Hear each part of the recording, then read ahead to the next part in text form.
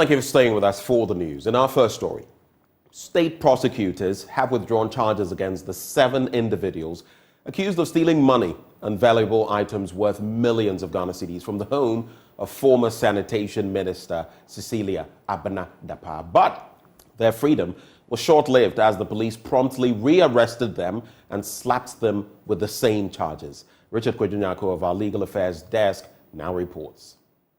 The 7 accused, namely Patience Boche, Sarah J, Benjamin Sowa, Malik Dawda, Christiana Chab, Job Pomeri, and Yahaya Sumaila, were acquitted by the Circuit Court, where they were facing charges related to conspiracy, theft, dishonestly receiving, and money laundering.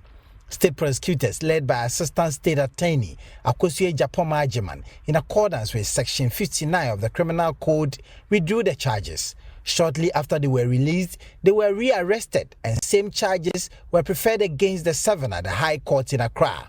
The case now moves from the Circuit Court to the High Court. In a related development, a new judge is likely to be assigned by the Chief Justice to preside over the application for confirmation of seizure and freezing of the property of former Sanitation Minister Cecilia Dapaa. The development has arisen because the judge who has been presiding over the case, Justice Edward Chum, is scheduled to start his vacation. The High Court judge had a warrant from the Chief Justice to sit during the legal vacation and is now due for his annual leave. The Office of the Special Prosecutor froze the bank account of Madam Cecilia Dapaa and seized some cash sums from the matrimonial home of the former minister weeks ago, but the court is yet to confirm the seizure and freezing of the property. On Wednesday, when the case was called, the judge, Justice Ejochum, invited the 2 parties to his chambers.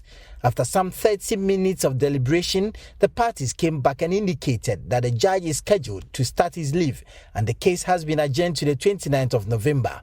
The OSP had earlier written to the Chief Justice for the judge, Justice Ejochum, to recuse himself from all its cases, a petition that was not granted by the Chief Justice. The petition by the OSP caused some adjournment of the substantive application as the parties waited for a response from the Chief Justice. Madam Cecilia Dapaa, through her lawyers, complained about how the delays were causing some incalculable financial hardship to the former minister. She accused the OSP of deliberately orchestrating the delay, something she described as an affront to her right to enjoy her properties. Reporting for JoyNews from the court complex, Richard Kwejunyako. Now, the Chief Executive of the National Petroleum Authority, Dr. Mustafa Abdul Hamid, wants Ghanaians to embrace the cylinder recirculation model policy to ensure safety and increase access to LPG to 50% by 2030. He says the policy would ensure the existence of robust and standard health, safety, and environmental practices in the production, marketing, and consumption of LPG. Dr. Abdul Hamid made the call at the launch of the Consumer Week celebration in Takoradi in the Western region. The Consumer Week celebration is observed each year by the National Petroleum Authority as part of the Global Consumer Service Week celebration to educate the people on their rights and responsibilities and how to safely use petroleum products. The NPA boss said LPG is a cleaner burning fuel that provides smoke-free indoor cooking and helps to reduce outdoor and urban air pollution. Unfortunately, Dr. Abdul Hamid said LPG uptake in the country was low, currently around 37%, and needed to be actively promoted.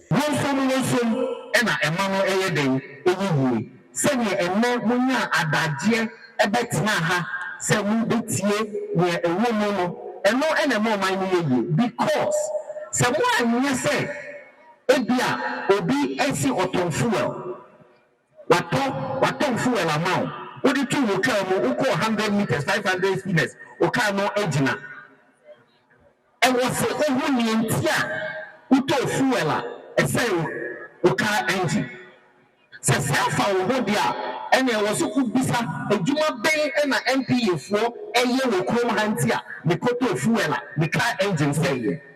Se oye ne fa wo wa aban etua won kase omumma MPA no petrol, consum, diesel, the LPG, no salmon cano. On that massive iron, But if you have a disinterested citizenship, then you give politicians the opportunity to do what they want. Deputy Minister of Energy Andrew Ejapamesa said the timing of the promotional and sensitization drive was significant given the current debate about climate change with its associated environmental and health effects. Since the launch of the program in September 2022, 20,000 LPG cook stoves and related accessories have already been distributed to households across 9 MMDAs, thus incentivizing them to switch to the use of LPG.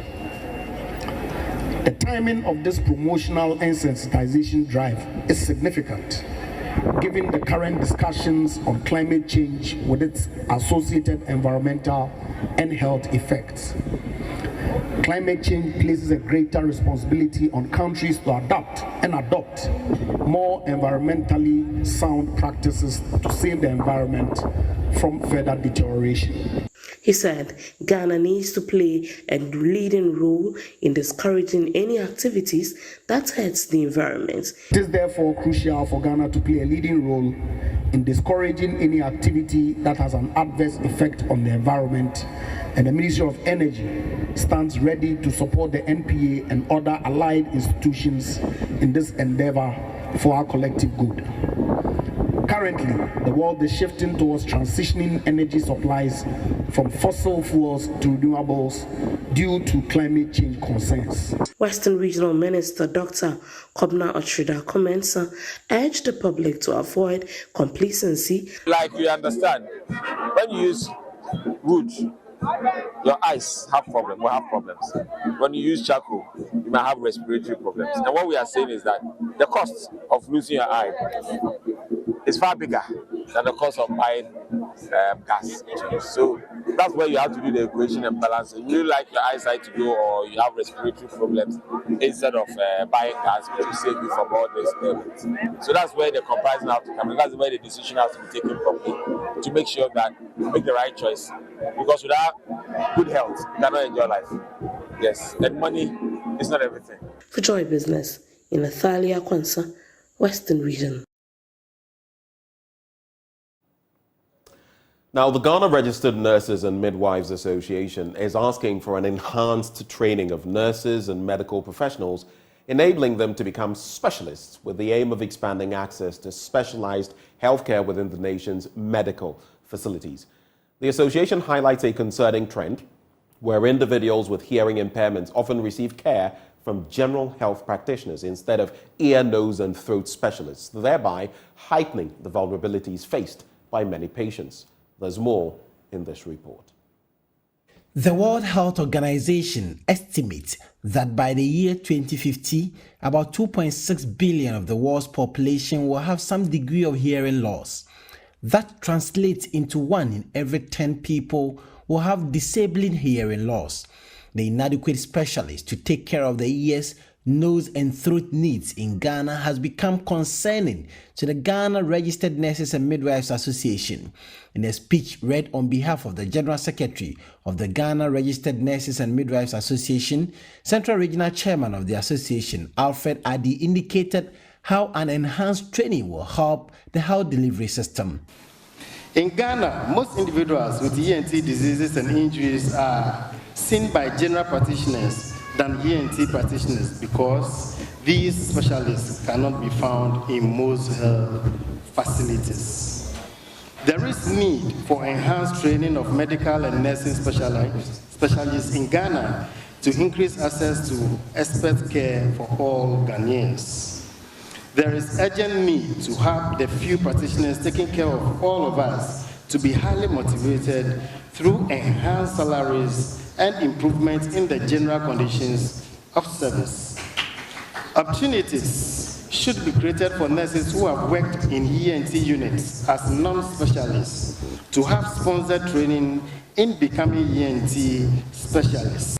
The national chairman of the ears, nose and throat group of nurses, Bismarck Asare, bemoaned how the inadequate skilled workforce to take care of the ears, nose and throat diseases in the country's health facilities coupled with a sizable number of their colleagues leaving the country for greener pastures, is affecting the healthcare delivery system. ENT health problems are the most common reason for a visit to a health facility, both in the rural and urban communities. And it accounts between 11 to 21% of all general OPD attendants. Studies have also shown that early diagnosis and management of ENT disease will help reduce the mortality.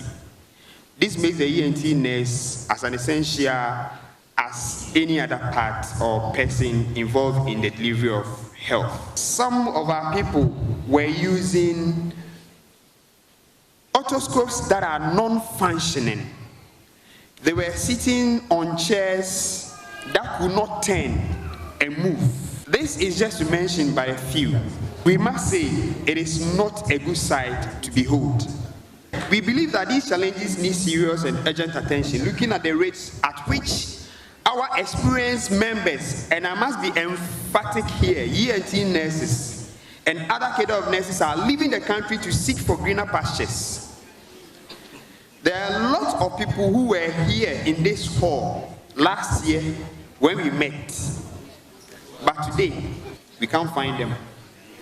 Not that they are dead, but they have traveled outside the country in search of better working conditions. Deputy Chief Nursing Officer at the Kibi Government Hospital, Reverend Hayford Lai, called for the use of technology to make the health system very efficient. Recognizing the urgent necessity for healthcare practitioners who care for the well-being of the population to be highly motivated, the Ears, Nose and Throat Specialists Association have emphasized the need for the upscaling of the conditions of service. Now, in our next story, the Asantehene Otumfuose II has lauded multimedia journalist Erastus Asare Donkor for his steadfastness in the fight against illegal mining.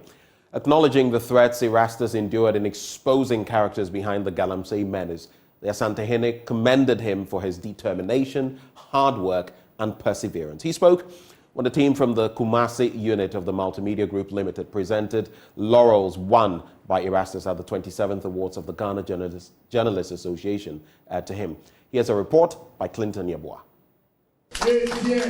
In a night filled with anticipation and excitement, the Ghana Journalists Association took center stage as Multimedia's Erastus Asare Donkor received the coveted PAV and Sir Journalist of the Year award, as well as the Illegal Mining Reporter of the Year. Erastus has over the years committed to uncovering the ills of illegal mining to arable lands, forests, water bodies and the health of the populace. When he visited the Mensha Palace, the Asantehene expressed his satisfaction with the role Erastus's reporting activities have played in the fight against illegal mining. If not for God's protection, Erastus would have been harmed. He has uncovered and announced all the illegalities, but to no avail. Yet, he has been recognized by all journalists in the country.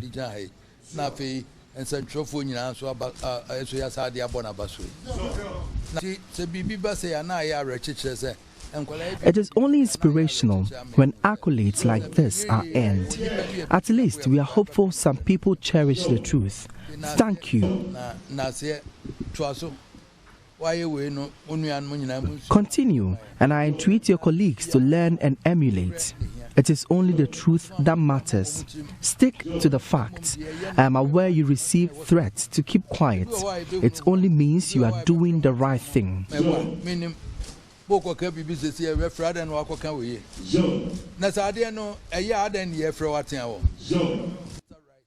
An elated Erastus Asare Donkor acknowledged Otumfuose's commendation as a motivation. He admonished his fellow journalists and corporate institutions to join the fight against illegal mining. In fact, some countries are protecting their water bodies, their forests and other things because they believe that that is their mainstay. It borders on their very existence. And so for us to be destroying the rate at which we are destroying our land, our forests and other things is something that motivates me to do my part. In fact, if the occupant of the golden stool congratulates you and encourages you, that's the ultimate. And so I'm indeed honored to be in his presence. I must say that the people who go with me on a daily basis. This gentleman risks his life every day with me on the field. We don't do it for nothing. He also has a family, and he has the same vision as I do. And together, I think if all journalists were to come on board and to see illegal mining, irresponsible mining as an existential threat, definitely, if we put our voices together, we'll be able to sustain and maintain this fight. Reporting for JoyNews, Clinton Yeboah. Now, the outdooring of the reconstituted Englishi Alata Paramount Stool Council took place at Kolegono on Tuesday. The event was to introduce the newly appointed chairman and his whole team who would be responsible in installing a new paramount chief for the Englishi Alata traditional area. In his acceptance speech, the newly installed chairman, Ni Ayinsa Sasraku III, urged the chiefs and other elders in the community to come together to help bring development and maintain peace among the Englishi Alata community. I hereby accept the mantle and responsibility that has been placed on my shoulders as chairman of the Paramount Stool Council. And I hereby pledge to work hand in hand with the chiefs, kingmakers, councillors, and elders of the English Alata Paramount Stool Council, guided by the legal basis for its existence, the Native Administrative Ordinance of 1929, Section 6, to be precise. I also pledge that in my reign as chairman, I will work with all those mentioned above and the entirety of English Alata to bring development to the area. In this regard, I call upon all Noya Manchamen and Noya Manchamen to put their shoulders to the wheel so that we can all bring development to the English Alata traditional area. It is my favorite hope and prayer that all stakeholders will put their shoulders to the wheel and will work in sincerity, truthfulness, honesty, and forgiveness. I pray that there will be reconciliation among factions to bring about lasting peace and harmony to the Paramount Stool Council and the Traditional Council as well.